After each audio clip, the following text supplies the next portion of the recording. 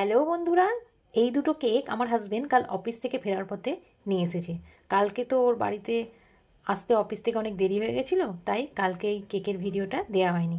তো এখন আমি এই কেকের ভিডিওটা শেয়ার করছি, প্লিজ তোমরা দেখো। আর ভিডিওটা ভালো লাগলে অবশ্যই লাইক শেয়ার কমেন্টস করো। আসুন আসুন, হাতে কি কেক? আরে বাবা দারুণ, ক্রিসমাসের কেক। ডবল হ্যাঁ, পরশু দিন তো ক্রিসমাস, ওই জন্য নিয়ে এলে। একদম।